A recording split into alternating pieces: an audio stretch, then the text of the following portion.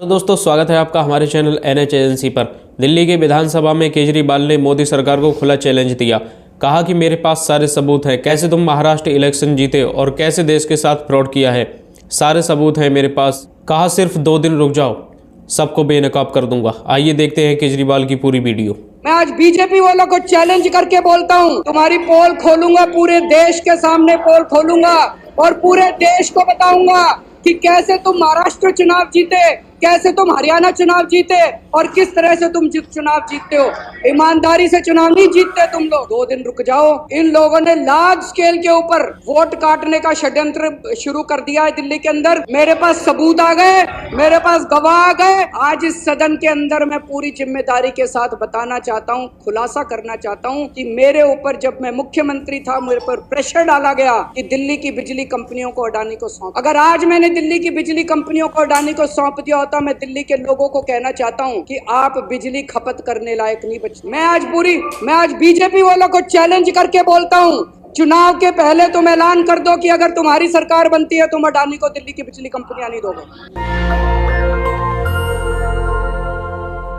आज पंजाब में एक घटना घटी, एक बहुत बड़ा हादसा होने से बच गया। पूर्व उप मुख्यमंत्री सुखबीर बादल के ऊपर किसी ने गोली चलाने की कोशिश की, लेकिन पंजाब पुलिस की मुस्तैदी की वजह से और उनके अच्छे काम की वजह से एक बहुत बड़ा हादसा होते होते बच गया। सुखबीर बादल सुरक्षित हैं। मैं इस घटना की कड़े से कड़े शब्दों में निंदा करता हूं, लेकिन एक बात साफ है कि पंजाब और पंजाबियों को बदनाम करने की एक बहुत बड़ी साजिश रची जा रही है और इसके पीछे बहुत बड़ी बड़ी ताकतें इन्वॉल्व हैं जो पंजाब को और पंजाबियों को बदनाम करना चाहती हैं। आज जिस तरह से पंजाब पुलिस ने न केवल इस घटना को रोका पर एक मिसाल पेश की है पूरे देश के सामने कि किस तरह से कानून व्यवस्था को मुस्तैदी से बरकरार रखा जा सकता है। मैं पंजाब पुलिस की बहुत तारीफ़ करता हूं कि उन्होंने स्थिति को काबू किया और एक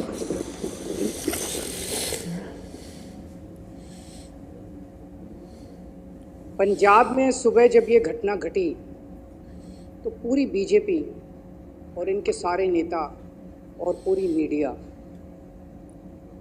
पंजाब में लॉ एंड ऑर्डर की पोजीशन को उठाना चालू कर दिया। पंजाब में तो हमने एक घटना को घटने से रोक लिया, लेकिन जब दिल्ली के अंदर सरेआम मर्डर हो रहे हैं, सरेआम शूट आउट हो रहे हैं, पूरी राजधानी गैंगस्टर्स के कब्जे में है, जगह जगह नशा बिक रहा है, महिलाओं के साथ बलात्कार हो रहे हैं, तब पूरी की पूरी बीजेपी ऊपर से नीचे तक चुप हो जाती है। और जब इनसे पूछा जाए तो इनके बड़े बड़े नेता कहते हैं क्राइम तो मुद्दा ही नहीं है, दिल्ली में लॉ एंड ऑर्डर तो मुद्दा ही नहीं है।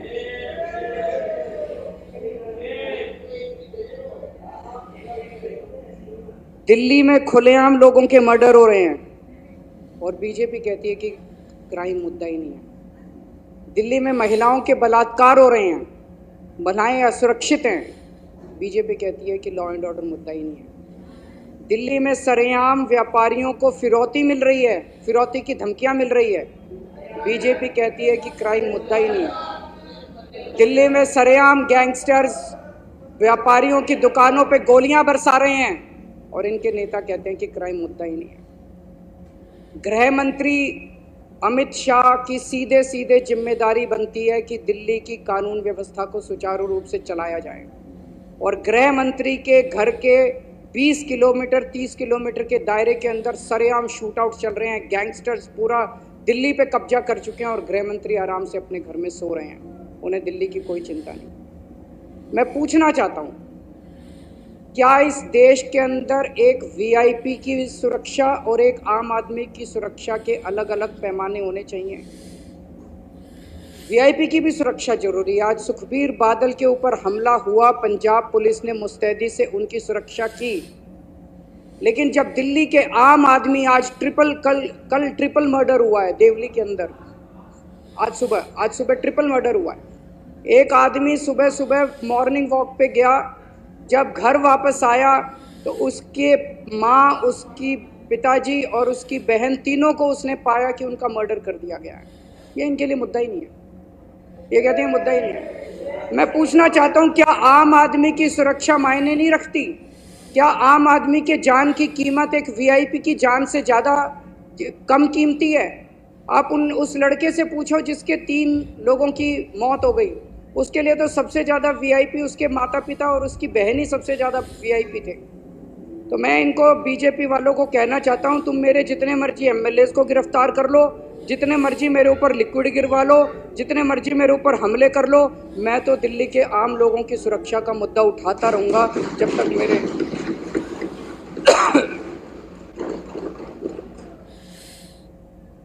अब मैं 2 शब्द दिल्ली की ड्रग व्यवस्था के ऊपर, ड्रग्स का जो माहौल दिल्ली के अंदर हो रहा है, जिस पे अभी चर्चा चल रही है। मैं दिल्ली में जगह जगह कोने कोने में जा रहा हूँ। इस टाइम कानून व्यवस्था इतनी ज़्यादा चरमरा गई है, ख़ास तौर से जब से अमित शाह जी देश के गृह मंत्री बने हैं और उन्होंने दिल्ली की कानून व्यवस्था को संभाला है, तब से दिल्ली के अंदर पूरी दिल्ली की कानून व्यवस्था लगभग ख़त्म हो चुकी है। मैं काफ़ी समय चुप रहा क्योंकि मैं इस पे राजनीति नहीं करना चाहता था, लेकिन जब धीरे धीरे स्थिति कंट्रोल होने की बजाय बद से बदतर होती गई तो मेरे से चुप नहीं रहा गया, क्योंकि दिल्ली मेरे ही लोग हैं। पिछले कई दिनों से जब से मैं दिल्ली के कोने कोने में जा रहा हूँ, जहाँ भी कोई कत्ल होता है, जहाँ भी कोई वारदात होती है, मैं जाता हूँ, लोगों से मिलता हूँ। जहाँ जाता हूँ लोग कहते हैं जी नशे की बात, कोने कोने में नशा बिक रहा है। मैं परसों माननीय मुख्यमंत्री जी, कालका जी की, इनकी विधानसभा कालका जी है, कालका जी के क्षेत्र में गया, वहाँ पे पदयात्रा होनी थी। मैं पदयात्रा कर रहा था, लोग मेरे कान में आके बोल रहे थे, लोगों को डर लगता है बात करते हुए भी, लोग मेरे कान, सर नशे की बात भी उठाओ सर, हर दुकान के अंदर नशा बिक रहा है सर, हर दुकान में नशा बिक रहा है, किराने की दुकान में नशा बिक रहा है, पान वाले की दुकान में नशा बिक रहा है, पनवारी की दुकान में नशा बिक रहा है। कोने कोने में दिल्ली को इन्होंने नशे का व्यापार बना दिया। पूरी दिल्ली के अंदर, चाहे अमीर हो चाहे गरीब हो, किसी का भी बच्चा, किसी का भी फैमिली मेंबर नशे से परे नहीं है। इस टाइम स्कूलों में नशा बिक रहा है, हर कोने कोने के अंदर नशा बिक रहा है। मुद्दा ये, और पिछले 5 साल में ये नशा बहुत ज़्यादा बढ़ गया है। एक मैं रिपोर्ट पढ़ रहा था, ये archives.today करके कोई वेबसाइट है, इसमें लिखा हुआ है कि कठपुतली colony, a DDA official says that ever since he joined work in the area in 2021, as many as 300 people have died due to drugs। एक कठपुतली कॉलोनी, अकेली कठपुतली कॉलोनी के अंदर नशे की वजह से DDA का अफसर कह रहा है कि 300 बच्चों की मौत हो चुकी है एक कॉलोनी के अंदर। ये कोई छोटी बात नहीं है। मैं इनसे भी कहना चाहता हूँ कि राजनीति अलग है, लेकिन हमारे बच्चे मर रहे हैं, हम सब लोगों को मिलकर साथ काम करना चाहिए, बच्चों को बचाने के लिए काम करना चाहिए, इस पर राजनीति नहीं होनी चाहिए। ये नशा आ कहाँ से रहा है? दिल्ली में तो नशा पैदा होता नहीं है, हमारे दिल्ली के अंदर तो नशा मैन्युफैक्चर भी नहीं होता। ये नशा आ कहाँ से रहा है? मैं इस सम्मानित सदन के समक्ष कुछ डेटा रखना, कुछ इंसिडेंट्स रखना चाहता हूँ। कहाँ से आ रहा है मुझे भी नहीं, लेकिन कुछ इंसिडेंट्स हैं।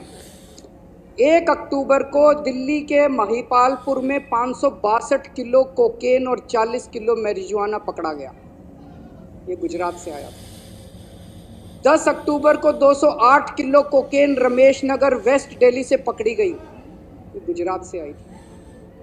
जब इन दोनों का पता चला, यहाँ गुजरात से अंकलेश्वर से आए थे, तो 13 अक्टूबर को अंकलेश्वर में वहाँ पे जब रेड हुई तो वहाँ 518 किलो और कोकेन मिली। ये सारी मिला के 1289 किलो कोकेन और 40 किलो मैरिजुआना था, जिसकी कीमत 13,000 करोड़ रुपए, सारी गुजरात से आई थी। भाई साहब, आपके भी बच्चे हैं, आपके भी बीवी, आपके भी पड़ोसी, आपके भी रिश्तेदार, बोल लेने दो मेरे को। 15 नवंबर को नारकोटिक्स कंट्रोल ब्यूरो ने गुजरात पुलिस और इंडियन नेवी के साथ जॉइंट ऑपरेशन में 700 किलो, गुजरात के तट के ऊपर 700 किलो नशा पकड़ा, और 82 किलो उसी दिन जॉइंट ऑपरेशन में दिल्ली से 82 किलो कोकेन पकड़ी गई, जिसकी कीमत 4,500 करोड़ थी, वो भी गुजरात से पकड़ा गया। अप्रैल 2024 में पंजाब पुलिस ने 48 किलो हेरोइन पकड़ी जो कि गुजरात के समुद्री तट से आई थी। मई 2022 में गुजरात एटीएस ने दिल्ली और उत्तर प्रदेश पुलिस के साथ मिलके उत्तर प्रदेश के मुजफ्फरनगर के एक घर से 775 करोड़ रुपए की 155 किलो हेरोइन पकड़ी जो गुजरात से आई थी। इलेक्शन कमीशन ने 20 मई को अपनी प्रेस रिलीज में बताया है कि कैसे गुजरात जो है वो देश में नशे का गढ़ बन गया है। उनकी प्रेस रिलीज में लिखा है कि लोकसभा चुनाव के दौरान 30,959 करोड़ रुपए की ड्रग्स पकड़ी गई, जिसमें से 1189 यानी कि 30% नशा केवल गुजरात से पकड़ा गया। ये इलेक्शन कमीशन का डेटा है। गुजरात के अंदर फैक्ट्रियां चल रही हैं नशा बनाने की, नशा मैन्युफैक्चर करने की और नशा प्रोसेस करने की। गुजरात में फैक्ट्री चल रही है। अवकार ड्रग्स लिमिटेड अंकलेश्वर में चल रही है। अवसर एंटरप्राइजेज अंकलेश्वर में चल रही है। सेखा गांव भरूच डिस्ट्रिक्ट में एक केमिकल फैक्ट्री चल रही है जहां पे मैन्युफैक्चरिंग होती है। सावली तालुका वडोदरा के अंदर एक अंडर कंस्ट्रक्शन फैसिलिटी है जहां पे नशे का मैन्युफैक्चर होता है। खुलेआम फैक्ट्रियां चल रही हैं गुजरात के अंदर जहां पे, और ये नशा आता कहां से है? रॉ मटेरियल कहां से आता है? रॉ मटेरियल आता है समुद्र के रास्ते। गुजरात का जो पोर्ट्स है, मुंद्रा पोर्ट खासकर, सितंबर 2021 में 3000 किलो हेरोइन पकड़ी गई मुंद्रा समुद्री पोर्ट से। मुंद्रा पोर्ट से 21,000 करोड़ रुपए की, जो भारत के इतिहास में सबसे बड़ी रिकवरी थी। 21,000 करोड़ रुपए की 3,000 टन। और उन्हीं दिनों अखबारों में छपा कि 3 महीने पहले जून के महीने में 2021 में 24,000 किलो हीरोइन 70,000 करोड़ रुपए की बिना पकड़े निकल गई थी देश के अंदर, उसी तट से। ये अखबारों के अंदर छपा था।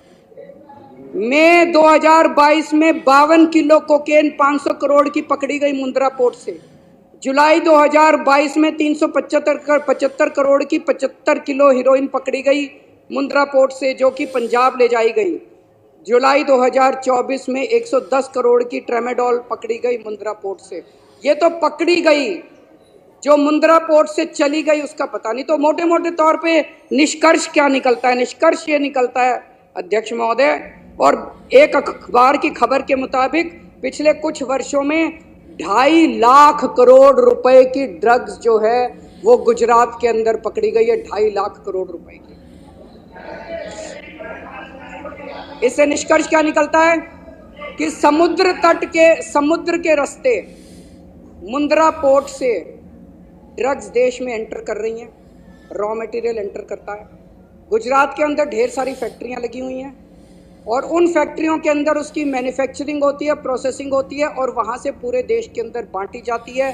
पंजाब, उत्तर प्रदेश, हरियाणा, राजस्थान, मध्य प्रदेश, कहीं भी आज नशा पकड़ा जा रहा है। पता चला कहां से आया?